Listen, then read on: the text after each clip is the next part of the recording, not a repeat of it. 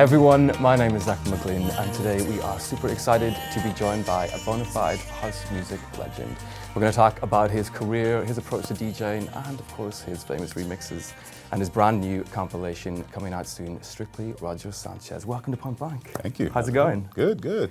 So before we get into all the modern stuff and DJing and your approach on that kind of thing, I wanted to ask you about the very beginnings in New York City. We were just talking about before we went on air about MPC 60 or SP 1200. Yeah. Which camp did you fall into? For me, I started off originally with the SP 12. Ah, yes. And then, graduated to an SP 1200. And I never really got into the MPC.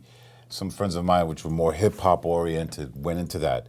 For some reason, house music kind of led me more towards the SP 1200 route. I was able, and I became able to create an entire track with about 10 or 15 seconds worth of sample time.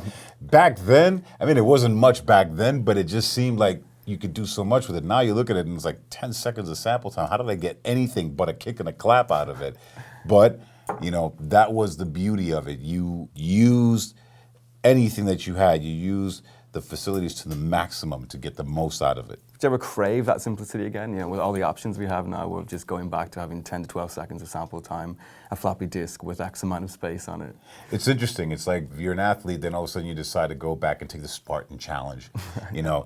There are times when I force myself to try to strip it completely back to a very narrow bandwidth of instruments or of sounds to see how creative I can get, because that's how I used to create. And there are times when I just get happy and use every single plug-in I possibly can. What I find is that if you can become proficient and very creative with a small amount of material, with a very, limited synths, limited sounds, that's when you allow your creativity to take over. And that's what helps you create really good songs, really good tracks. Yeah, absolutely. What kind of influence did the NYC culture at the time have on your DJing and production? What was that scene like? Can you give us an insight into how exciting it might have been? Well, when I first started DJing, I was very young. I was like 13 years old. And back then, it was all about breakdancing, graffiti, early hip hop, disco, mixed with funk. We used to cut, breaks of one track back and forth just to extend it and create basically a track out of just a break of a drum beat or something like that. So it was very much DIY, but the whole scene, the breakdancing scene, the graffiti scene, everything really fed into the creation of the music. It's like the backdrop of it. So the conditions living in New York, the communities, it all became part of the elements that went into creating the tracks. And in terms of remixing, how did you first start remixing and what's your approach to remixing in general? Well, when I first started, it was interesting because I was a Billboard reporting DJ, which meant Billboard magazine had a dance chart. And I was one of the DJs of about 100 DJs across the country that would submit a chart every single week, and that would make up the dance chart. And what started happening is I started making a lot of contacts with the labels. And that's about the time when I had my record Love Dancing out, which was pretty much the first big release. I had only had one other release prior to that. From that record, I started getting all the offers from these different labels. Hey, I want you to remix this record. I like what you did with Love Dancing. And they would send me multi-tracks. These are like 2-inch tapes, which you don't see nowadays, with all the instruments. And back then, it was whatever tempo the track was, you had to take that and create something new. So my approach back then was I would say, okay, let me see what elements that I could take from this record to still preserve the initial idea that the artist that created the song, so I gave them the respect of that, but try to adapt it to my size and to my sound. And then I would strip it out, reproduce, do new beats, new bass lines, new chords, but try to follow along with the overall vibe that I felt from them. So it was a respectful way of remixing, at least that's the way it was at first. Then later on, I was like, I'm going to rip these things apart. And just because you can now. Just because I can. And the thing is, the more I did it, the more people would ask me to do that. Right. And it became so prevalent that at one point in time, the remixes that I would do would become the actual main versions. It happened when I remixed Incognito with Giving It Up. The remix, Bluey was so impressed by the remix, he said, I want to make that my main version. So that was, very, very cool. Back then it was kind of like a 12-inch culture as well, where some people wouldn't always put their names in a remix. The label would just get people like Dave Morales and things like that to just mix it. Did you have that as well at the time? I started getting more remixes based on the work that I had done originally, all my original work, the things that I released on labels like Strictly Rhythm. So they wanted the name. I would do a version that was a lot more respectful, and then I would do another version which became my alter ego, which is where the S-Man thing came from, just to kind of give a completely different take on it and take it further into the underground. And that's when I started getting the request, okay, so do 2 mixes. I'm like, wait a minute. I just made double the work for myself. But, you know, it allowed me to be more expressive. Yeah, and I wanted to ask you about your aliases because that's a big part of your career. I mean, you've had quite a few aliases throughout the years. So, I mean, why do you feel the need to make music under different names? Is it like a liberating thing for you? When I first came out, I started doing my records. I came up with these kind of monikers to describe a sound. So if something would be a lot deeper, then I would come up with a particular name for it. The other thing that was behind it as well was, at that point in time, the labels are trying to sign artists. So it was my ability to have the freedom to work with different labels meant that I would create a project, sign that project to that label, which means that label had, let's say, Underground Solution, or whatever, Nice Guy Soul Man, and whatever fit into that sound, I would release with that label, and they would not only serve the duty of giving a particular vibe to the name, a particular sound, but it also allowed me to say, okay, well, this one goes with this label, which I think is the right place for that one. This one goes to this label, which I think is the right place for that one. And the interesting thing was that I would find myself sometimes fighting with myself within the middle of a production. I'd be starting off a record as a Roger Sanchez, and all of a sudden it started going really underground. I'm like, okay, stop. Let me take this production, set it aside, go back, retrace my steps, and take that on that journey, and then come back to this one and create a secondary production that would be the alter ego version. But I wound up over time being able to identify each moniker with a particular aspect of my production. So I would try to narrow the field and just kind of be true to whatever it is I was doing, and create that track based on that vibe. What's really interesting about that idea is that you were so prolific. I mean, a lot of the problems that producers who are established and newer producers have is finishing music. They start something, they get a beat going, and then they don't know how to take it somewhere. But you were in the process of making 2 or 3 versions of the same remix. I mean, how do you do it? Tell us. This is the interesting thing. When I first started producing records, it was literally just to have fun, create a beat that nobody had, play it in the club. And because I only had rudimentary knowledge of how to operate things, I had a friend of mine that was in the studio kind of guiding me along and helping me along in the beginning, and then I started learning along the way. And I had to pay for studio time. This is the interesting thing. When you have a limited budget and you have 12 hours and you have to pay X amount of money, you're gonna finish that track. You're gonna sit there, and at some point in time, you know what, that sounds good, move on, next thing, move on, move on, move on. And that practice, that discipline, helped me to learn how to make decisions. And this is what I find a lot of producers nowadays have a problem with. It's sensory overload. There's so many different tracks that are out there, so many different influences, different ideas, that it's hard sometimes to pick, and it's happened to me. It's like, okay, where do I go with this? I need to pick a lane. I want to do something more underground. I want to do some techno. Somewhere along the way, an idea came in that's a lot funkier, more disco. Now I start going another direction. That's where people started losing the thread. And I found that back in the day, when I had a limited amount of time, I had to pick a direction, run with it. Because in about 2 more hours, that's it. Now you got to pay another day, another lockout, and then, you know, the tracks don't become cost effective. So for me, that's how I learned to finish tracks. And now I apply the same mentality, even though I have my own studio, but I apply that mentality of see it through, get it done, come up with ideas quickly, quickly sketch them out, and then you can go back and rework sounds. In terms of your studio, you mentioned hiring out bigger studios and also using the SP12. I mean, when did you start moving inside the box? When did you start thinking, okay, the computers and DAWs are the way forward? In the beginning, it was, I started off in a box. I started off trying to get as much out of the SP1200 that, like I said, first the SP12 in a friend's studio, and then it was a CZ101 keyboard, then a Juno 106. So everything was outboard. All the sounds, you had to go to a specific, keyboard or synth rack or something. And then I started creating these tracks that were based solely in the SP1200. So it was samples. I would sample a bass line note and replay it. And that kind of helped me focus in the box. Then I started adding all the external pieces to it. And over the years, that's how I wound up building my own studio. I would see what I like in a studio that I would rent out, and I would say, okay, I want to go buy that unit, I'll go buy that unit. As I got more and more into the computer, all these synths that I'd spent a fortune on just started coming up as plugins. And it was a lot easier because then I moved from a desktop to my laptop because my touring schedule became impossible. I started seeing my output tail off, so I kind of had to find a solution to that. That's when I started working a lot more in the box. I started getting all the synths that I loved, finding the plug-in versions of it, and finding these other plugins that would, like, let's say, tube amplifiers that would emulate tube tech and warm it up. And that's how I kind of was able to recreate my sound, but do it in the box. And what are your go-to things now for things like drums production?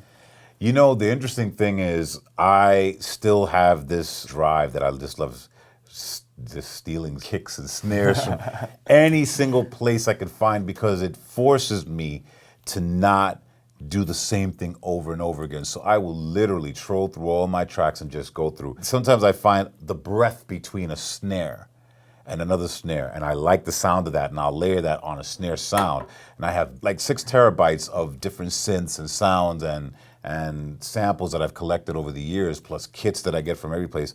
I just force myself to take time. 1 hour is going to be just to go through sounds. And your go-to setup right now is live, rewired Logic, right? It's Logic, and then I rewire Ableton Live through it. And the reason I do that is I've found the ability to create beats in live is so much faster, so much easier. The way it locks loops right on beat, and then the ability to just really cut and move things around and arrange is very, very fast on Ableton. However, what I find is I have a lot more proficiency at actual keyboard work and recording vocals and Logic, and I like the sound of Logic better. So I'll create my loops in Ableton, and it's great for auditioning sounds and effects, because it's just that straightforward. And then I'll just do the kind of sketch of the beat arrangement as I go along, and then I'll bounce the stems out. And then from there, once I have my drums set, then I'll continue working in Logic. Yeah. And do you have any other go-to plugs that you always find yourself sticking on tracks? The Sub Boom Bass is one of my favorite ones. I yeah. love the Rob Papin has one of my favorite sounds. Like, also in terms of reverbs, I always use the RP verb. That's like my go-to reverb. The SPL Bass Ranger is something that I use on my kicks and my bass lines to kind of fatten them up. Waves, I always use the Ultra Maximizer to get the most out of, not even just as an overall mastering tool, but I'll use it on certain sounds just to get the right sizing. And then I also use Isotope, the imager, just to get that really big stereo sound on pads and sometimes on background vocals. So those are kind of like my go-tos that I use. They're always in my main rack. And in terms of DJing, I mean, DJing culture and technology has changed drastically since you started. Yeah. I mean, how have you found your personal experience with DJing evolve over time? Well, when I first started, it was just like everybody, I had the Gemini mixer and 2 turntables. The Technics 100, they were belt driven with a dial. So the interesting thing is it was incredibly hard to keep a beat using a dial. Yeah. And it's funny, I find that the more challenging the technology is, if you learn how to master it, the next iteration becomes that much easier. So I went from 2 turntables. Once I got the Technics 1200s, then I graduated to 3 Techniques, and I was able to play on 3 decks at the same time, and that was kind of like my thing. I had hip-hop techniques, because when I first started, I was mixing hip-hop with disco and funk, so a lot of cutting and scratching. And then the blending part of the mixing part started happening more coming out of disco and when house music, which had much steadier beats that you could actually kind of mix in. Then I started mixing in that 3rd turntable, then a cappella or whatever it is. From there, I got involved very early on with Pioneer when they started developing the CD format. And from the very beginning of Pioneer till now, I've been involved with different iterations, and I've seen how the technology has progressed to the point where now it not only does everything that a Techniques does, but it goes beyond that with looping, and I've expanded my setup to include 4 decks, and I literally use 4 decks. It'll be loops on one, and acapella on another one. I'll bring in a track on another one. I've gone from playing records to doing live remixes on the spot. So every single set is unique. And how much prep do you have to put into that kind of set, or is it all on the fly? It's a combination of the preparation allows you to find things faster. I'm very organized. When I do my playlists, I tend to break things down according to the genre and then vocals and tracks, because I play a lot of vocals. Let's say it'll be deep, or I may have one, since I have 2 different monikers. I have Roger Sanchez vocals, and then I have S-Man vocals and S-Man tracks, tech, deep, and then I'll create loops, and I'll create banks of loops, and they could be everything from beats to vocals to bass lines to whatever. And it's having like a preset construction kit. And as I'm playing, I'm vibing with the crowd, and then it'll come to mind, hey, I've got this vocal loop I could throw in here. I've got this beat that this track is kind of cool, but it doesn't move the way I want it to. So I'll filter out the bottom end and bring in this other track that's got a bigger beat and just maybe a more jackin' vibe to add more dynamic and drama.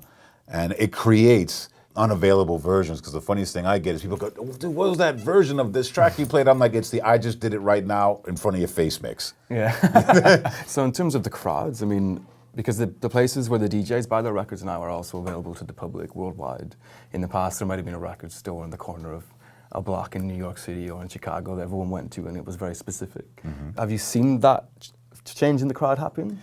It's interesting because now everything is on display, not just the records that I play, in terms of what's available on Beatport and so on and so forth, but just the sets themselves. Like now, every set that I play, somebody's gonna record something. So it's good and it's bad. It's bad for DJs that are lazy and they want to play the same set, because you're gonna see that repeated online everywhere, and that shows you the work you're not doing. For me, it keeps me on my toes. The crowds are far more informed, but then again, for me, as I said, I tend to remix things on the spot. So I find that each one is more of an experience set, rather than saying, oh, he played the hottest records right now. I'll never know what I'm going to play before I get on that stage. I have a couple of tracks that I know I'm going to want to play, but my set is really informed by my interaction with the crowd. What I love is the fact that they're more, at least on a global scale, they're much more involved in the scene. A lot more people now understand the music. They'll know certain tracks. They'll even request certain tracks, but they're there for the music in general. So you can do things that are different, and you could bring your own elements to it. That's why my live remixing works for me, because I'll create a new experience of a track that they might know. I may take a classic a cappella, say Alternate Free, and layer it with a completely different track, and you have a new experience. And there is a bit of a renaissance in house music at the moment. How do you feel about people who might not even have been alive when you were doing it the first time, now making classic house records? It's interesting for me that sound, because you see, everything is cyclical. Everything comes back around. That just proved it to me. What I was doing literally 20 years ago has just come back, and it's like a fresh new thing. It's really good for me, like with what I'm doing right now with my Strictly Roger Sanchez compilation, to dig some of the tracks out from the past, and it's kind of like they're brand new again, because they haven't been heard by this generation, but they've been influenced by it. Without them even knowing it. I was putting that compilation together. I mean, it must have been some hard choices you had to cut out. You know what the funny thing was? A lot of tracks to pick from. Here's where my kind of like OCD-ish came into really rescuing me. What I try to do with this one, because I've done other compilations in the past of best of Roger Sanchez, we really tried to go in, and I say we because it was definitely a concerted effort with Defected, with Simon Dunmore, and he and I kind of bounced some ideas back and forth, but I try to go for the non-obvious tracks and the forgotten, more obscure tracks. What we found is a lot of the masters are not available anymore, but I have literally about 95% of all of the records I've ever done on DATs, and I have one functioning DAT machine, which is the digital audio tape. And I was able to literally go in and bounce down these masters that were basically, and I've got a steel box case with all of my DATs, and I've just gone through them. There's some that I couldn't find. So there are some tracks that I would love to be able to bring out, and then I just don't know where the hell they are. And the labels themselves don't even have it. But by and large, I had that massive collection of DATs, and I was able to pull a lot of tracks in. And there's some good surprises on it. Just to finish, I mean, what would be your piece of advice for anyone who's just starting out as a DJ and producer now? I think the best thing I could advise people to do is really fall in love with music, do the research to create your own interpretation of it. So you could take influences from different artists and DJs, but you should filter it in your own way, and that's what's going to set you apart. And to really be diligent, because this is like anything it's like painting, it's like, you know, playing any instrument. You have to dedicate time to this in order to perfect your craft. Cool. Nice one, man. Well, thanks for Thank coming you. in. Thanks for having me.